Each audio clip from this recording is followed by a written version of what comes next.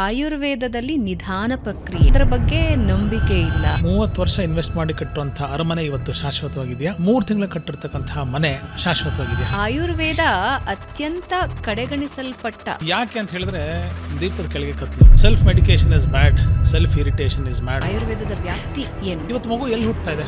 ಇವತ್ತು ವಯಸ್ಸಾದವ್ರು ಎಲ್ಲಿ ಸಾಯ್ತಿದ್ದಾರೆ? ಹಾಸ್ಪಿಟಲ್. ಮೋಸ್ಟ್ ಇಂಪಾರ್ಟೆಂಟ್ ವರ್ಡ್ ಇದು. ಚಪ್ಪಲಿ ನನ್ನ ಸ್ವಾತಂತ್ರ್ಯ, ನಾನು ಅಡಿಗೆ ಮನೆಗೆ ಹಾಕೊಂಡು ಹೋಗ್ತೀನಿ. ಆಂಬುಲೆನ್ಸ್ ಗಿಂತ ಫಾಸ್ಟ್ ಆಗಿ ಪಿಜ್ಜಾ ನಮ್ಮ ಮನೆಗೆ ಬರುವಂತಹ ಪದ್ಧತಿ ನಾವು ಒಪ್ಕೊಂಡ್ಬಿಟ್ಟಿದೀವೋ.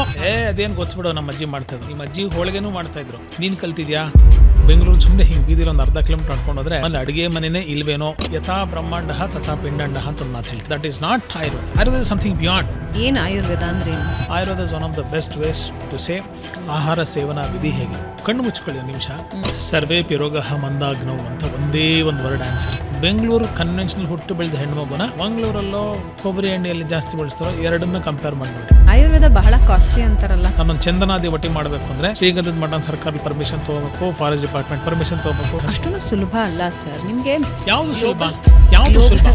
ಯಾವುದು ಸುಲಭ? Tell me.